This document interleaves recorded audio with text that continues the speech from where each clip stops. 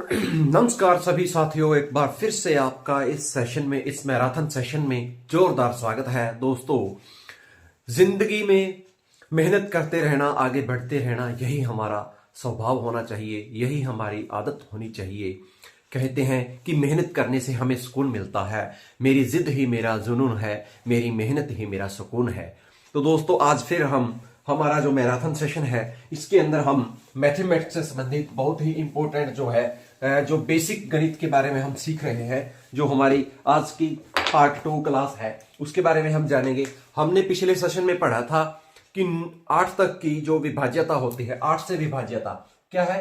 8 से विभाज्यता क्या होती है? 8 से विभाज्यता किसी भी संख्या को विभाज्यता, हमारे पास एक संख्या दे रखी, जैसे 4 3 5 2 8 0 0। तो मान के चलिए सीधा हमारे पास ऑप्शन में आ जाए कि निम्नलिखित चारों ऑप्शंस में कौन सा एक ऐसा ऑप्शन है जो 8 से विभाजित हो जाता है। अगर आप इसको 8 से भाग करोगे, सभी को बारी बारी से भाग करोगे, मान लीजिए अगर आपका पहला ऑप्शन आ गया कि वो 8 से, जो सही उत्तर है वो ऑप्शन 1 में ही आ गया, तो आप झट से उसका जवाब दे दोगे क्योंकि आप पहले से भाग करोगे। अगर वही आपका ऑप्शन जो सही है वो डी पार्ट में आ गया, डी पार्ट में आ गया, तो आप क्या करोगे? कैसे चुनोगे? पहले आप ए से भाग करके देखोगे, जो शेष बच रहा है आप बोलोगे कि ये 8 से विभाग नहीं हो रहा पूरा पूरा। फिर आप बी को चुनोगे, बी भी नहीं जाएगा। सी पर आप करोगे, सी भी नहीं जाएगा। तो अंत में आप डी। इतने में आपको कितना समय व्यतीत हो जाएगा, आप सोचकर समझ सकते हैं। तो आपको, अगर मैं यही बता रहा था कि उसके लिए आपको ट्रिक चाहिए कि जो इकाई, दहाई और सैकड़ा, वंस का, टेंस का और हंड्रेड्स का, ये तीनों डिजिट्स अगर 8 से पूर्णतः विभाजित हो जाते हैं तो जो पूरी संख्या है वो भी 8 से भाग हो जाएगी, है ना। इसीलिए आपको बताया था कि या तो तीनों डिजिट्स 8 से भाग हो जाए, या तीनों क्या हो? 0, या तीनों अंक क्या हो? इकाई, दहाई, सैकड़े का जो है वो 0 हो, तो 8 से पूर्णतः जो संख्या है वो भाग हो जाएगी। अब आगे हम पढ़ेंगे 9 से विभाज्यता। क्या पढ़ेंगे भाई? 9 से विभाज्यता। 9 की विभाज्यता कैसे हम जानेंगे? जैसे हमने 3 की विभाज्यता के बारे में पढ़ा था कि संख्या के अंकों का योग है वो पूर्णतः 3 से भाग हो जाता है, तो संख्या पूरी जो है वो भाग 3 से हो जाएगी। उसी तरह से अगर 9 की विभाज्यता का पता करना है तो संख्या के अंकों का जोड़ अगर 9 से पूर्णतः भाग हो रहा है, 1 8 8 2 3 4, कितना हो गया? 8 1 9 8 17 17 और 2 19 19 और 3 22 और 4 26 और एक और जोड़ दो इसमें 27। तो आप मान के चलिए इन अंकों का जोड़ एक करके देख लीजिए, 27 बन रहा है। 8 और 8 16 और 1 17, 17 2 19 और 3 22 4 26 और 1 27। अब 27 9 पर भाग हो जाता है भाई, 9 पर पूरा पूरा भाग हो जाता है ना। कोई शेष नहीं आता, कुछ रिमाइंडर नहीं आता।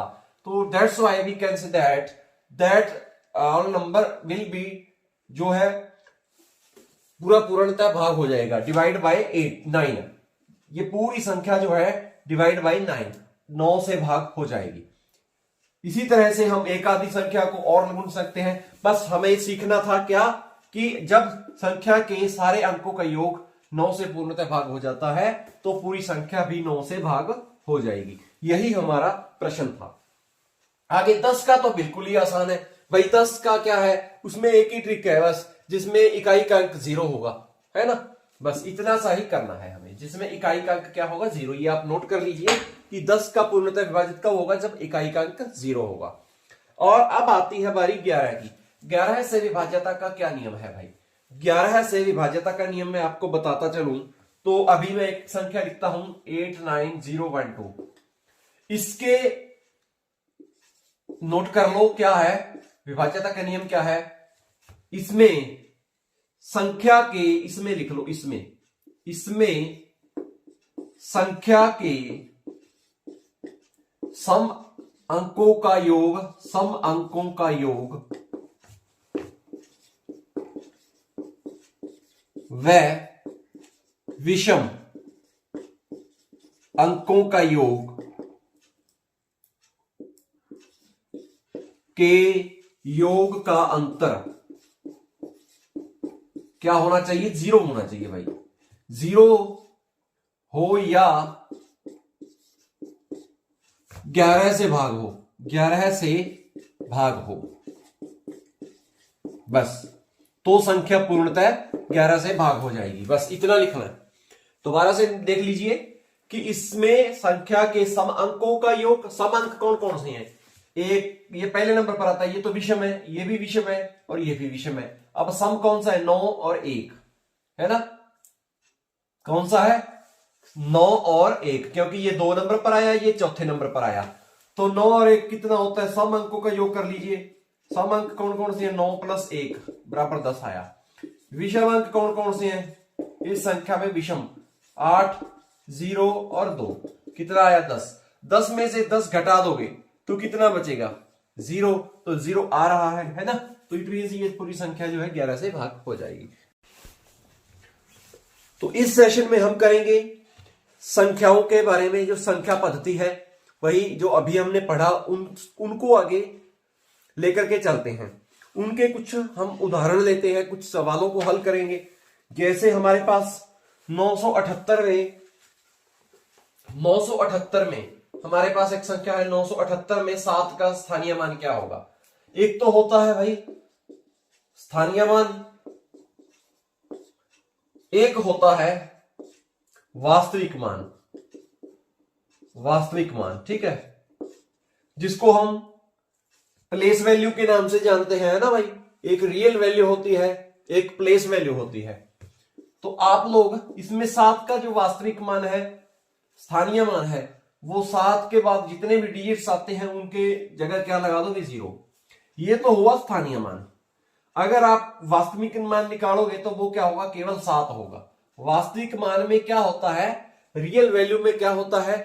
संख्या खुद होती है, डिजिट खुद होता है। क्या होता है? डिजिट खुद ही, उसका जो वैल्यू होता है वो खुद ही होता है, उसके पीछे कुछ भी लगाने की जरूरत नहीं होती। लेकिन अगर आप प्लेस वैल्यू की बात करोगे तो जिस डिजिट की प्लेस वैल्यू पूछी गई है उस डिजिट के बाद कितने अंक आते हैं बाद में, यानी कि पीछे, उतनी जीरोस लगानी होती है। उतनी क्या लगानी होती है? 0। ओके, तो बस इन्होंने पूछा क्या है? 978 में 7 का स्थानीय मान क्या होगा? 70 होगा। कितना होगा भाई? 70। अगर ये पूछ लेता कि 978 में स्थानीय मान और वास्तविक मान का अंतर कितना है, इसको आप लोग जातीय मान भी कह सकते हैं। जातीय मान, ठीक है भाई, स्थानीय मान और जातीय मान। वास्तविक मान को जातीय मान भी बोल सकते हो। तो 70 घटा में 7, स्थानीय मान घटा वास्तविक मान, कितना आया? 63। तो यही आपका क्या होगा? आंसर होगा। ठीक है, ऐसा हमसे पूछा गया है। अब आगे बढ़ते हैं। हमारे पास एक संख्या दे रखी है इन्होंने, इसमें हमसे पूछता है कि 9 से विभाजित है। 4 ऑप्शन दे रखे हैं, 4 ऑप्शन दे रखे हैं भाई। 4 ऑप्शंस मैं यहां पे लिखता हूं। अभी हमने किया था, हम आपको हम अभी समझाए थे, तो आप लोग बताइएगा इसमें से कौन सी। हम एक ऑप्शन ए लिखते हैं, एक बी लिखते हैं, सी लिख देते हैं और डी लिख देते हैं। इन 4 ऑप्शंस के अंदर 56, 1, 12 है।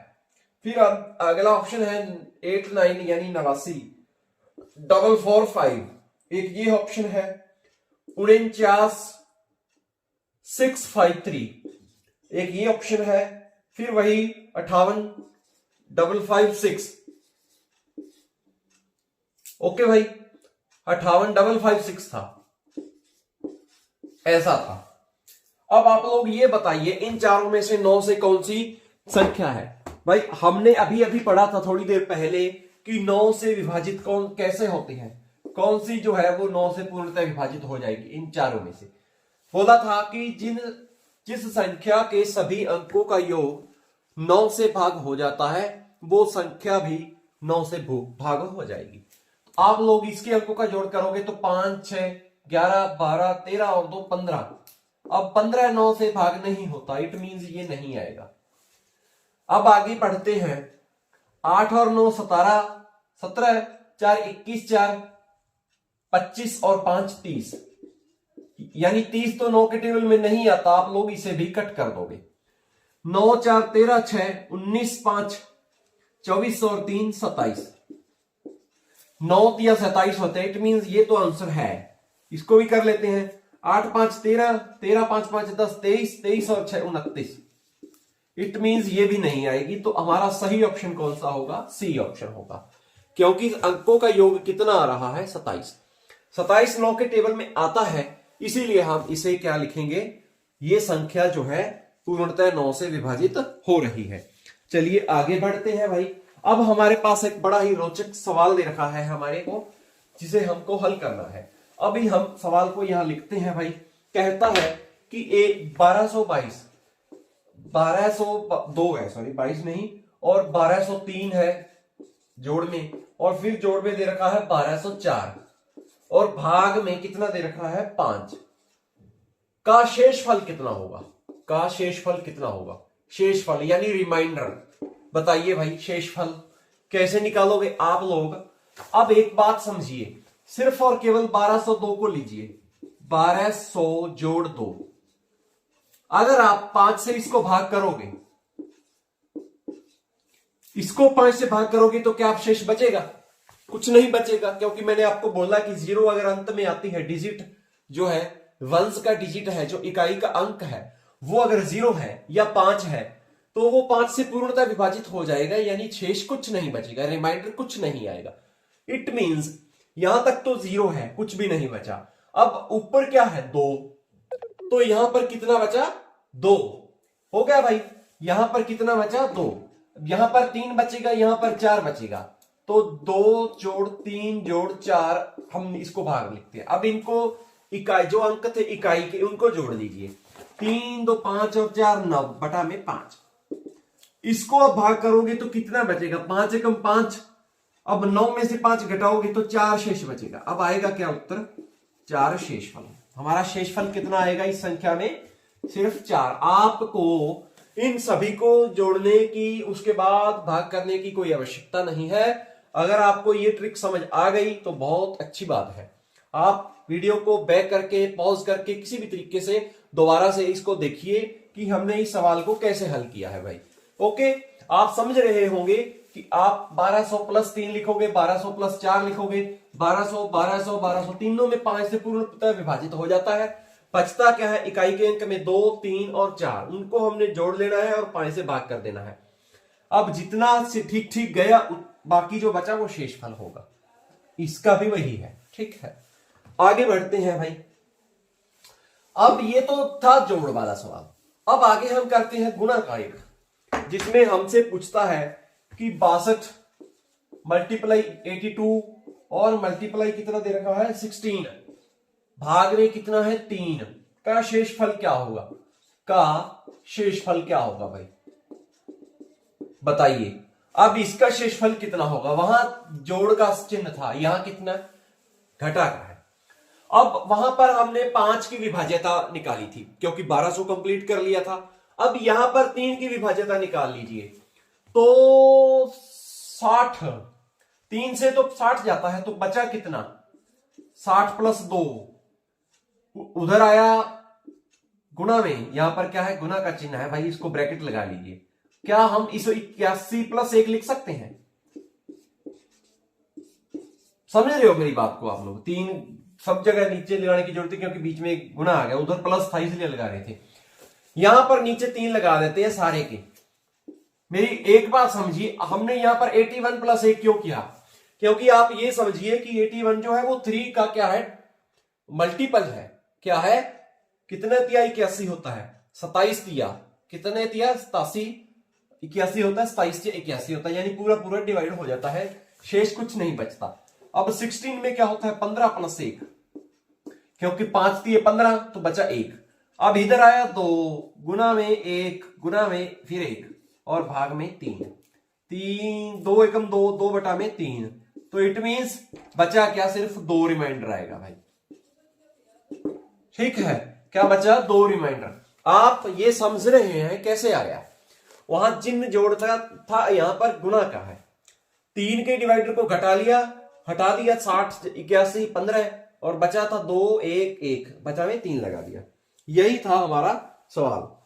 अब हम एक और सवाल को हल करते हैं, एक अन्य सवाल को हल करते हैं। बहुत ज्यादा जबरदस्त सवाल है, बहुत ही इंपॉर्टेंट सवाल है। अब हमसे एक सवाल में यह पूछा गया है कि आप लोग ये बताइए 1 से 10 तक की संख्याओं के वर्गों का योगफल क्या होगा। भाई ये सवाल तो बहुत सारी परीक्षाओं के अंदर मोस्टली पूछा ही जाता है, लगभग परीक्षाओं के अंदर ये सवाल अक्सर आ जाता है। 1 से 10 तक की 1 से 10 तक की संख्याएं कौन कौन सी हैं? 1 से 10 तक की संख्याओं के वर्गों का योग। 1 का वर्ग कितना होता है 1, 2 का कितना होता है 4, 3 का 9, 4 का 16, 5 का 25, 6 का 36 है ना, 7 का 49, 8 का 64, 9 का 81, 10 का 100। इनके वर्गों का योगफल का गणना कीजिए। क्या करोगे? इनका जोड़ कर दोगे। इनका जोड़ करोगे तो थोड़ा समय लग सकता है। थोड़ा क्या लग सकता है? समय। हमने करना क्या है, एक तरीका अपनाना है, n इंटू योगफल, वर्गों का योगफल, वर्गों का योग फल लिख लो चाहे n into n plus 1, n by n plus 2 और बटा में क्या लगा दोगे 6। यही है हमारा आंसर। ठीक है भाई, 2n प्लस 1 है यहां पर, क्या है 2n प्लस 1। अब n क्या लोगे? जो अंतिम अंक है, 10 है n, क्या है ये n 10 है, तो लिखो 10 इंटू 10 प्लस 1 यानी 11 प्लस 10 दूना 20 और 1 21 बटा में क्या लगा दोगे 6। काट दीजिए, काट दोगे, 3 दूनी 6, 3 7 21, ये कटता है 5 पे, 7 5 35, 35 और 35 ऐसे कर लोगे 853 यानी 385। कितना आता है आंसर इसका? 385 आता है। ओके, फिर भी अगर आपको ये तो चलिए इन्होंने 10 तक की पूछा है, मान लीजिए कई बार आपको तरीका याद ना हो, फिर तो आप 10 तक का कर लोगे। अगर आपसे ज्यादा का पूछ लेता फिर तो तरीके की जरूरत होती ना, फिर आप कितना समय तक आप जोड़ लगाओगे भाई। अगर 50 तक पूछ लेता, 25 तक पूछ लेते, है ना। इसीलिए यहां हमें क्या है, इस मेथड को याद रखना होगा, n into n plus 1 into 2n plus 1 by में 6 बटा में 6। ओके, ये आप लोग वर्गों का योगफल, संख्याओं के वर्गों का योगफल इस तरीके से निकालेंगे। प्रथम यहां यानी लगातार हो, ऐसे पूछा गया हो, प्रथम पहली लगातार संख्याओं के वर्गों का योग, वहां पर ये तरीका है जो है, ये ट्रिक जो है, ये मेथड जो है कामयाब होगा। एक और सवाल को हल कर लेते हैं हम। आगे पूछता है, अब तो पूछा 10 तक की संख्याओं के वर्गों का योगफल क्या था। अब पूछता है 10 तक की संख्याओं के घनों का, 10 सम संख्याओं के घनों का योगफल, सम संख्याओं के घनों का योगफल। अब भाई ये नहीं लिखना, हम नहीं लिखो 10 तक की संख्याओं के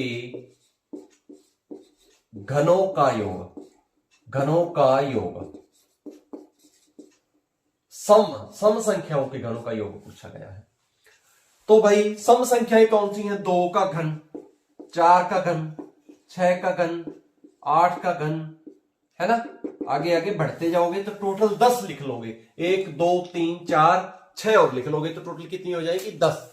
प्रथम 10 सम संख्याओं के घनों का योगफल ज्ञात करना है। तो ये तो काफी लंबा हो जाएगा, आप इसे जोड़ नहीं सकते, बहुत समय व्यतीत करोगे। जोड़ तो लोगे लेकिन हो सकता है आपको 10-15 मिनट आपके जो खपत हो जाएंगे। तो उसके लिए आपको एक मेथड तैयार करना है, वो जो है तरीका हम आपको लिखा देते हैं, आप लिख लीजिएगा 2n स्क्वायर, नोट कर लो 2n square n plus 1 into whole square.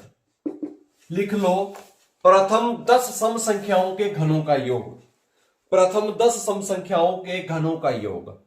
ये तरीका नोट कर लो, प्रथम 10 घन संख्याओं के सम संख्याओं के घनों का योग, ये नोट कर लो। ओके, तो अब हम 2 इसको हल करते हैं, खोल के लिखते हैं। n की जगह क्या लिखोगे? 10 का वर्ग, 10 प्लस 1 का वर्ग, सब का वर्ग इसका। खोल कर लिखोगे इसको 2 गुना में 100 गुना में 10 और 1 11, 11 का वर्ग कितना होता है 121। ये बेसिक सी चीजें हैं, आप समझ रहे होगे ना। 200 गुना 121 ऐसे कर लो, है ना। 121 को 2 से करोगे तो 121 ऐसे लिख लोगे, यानी 1331 और बट पीछे 2 जीरो लगा दोगे तो 13। इसको कैसे लिखोगे 1,33,100 लिखोगे ना भाई, ऐसा ही कुछ आएगा क्या। ठीक है, तो यही हमारा क्या होगा आंसर होगा।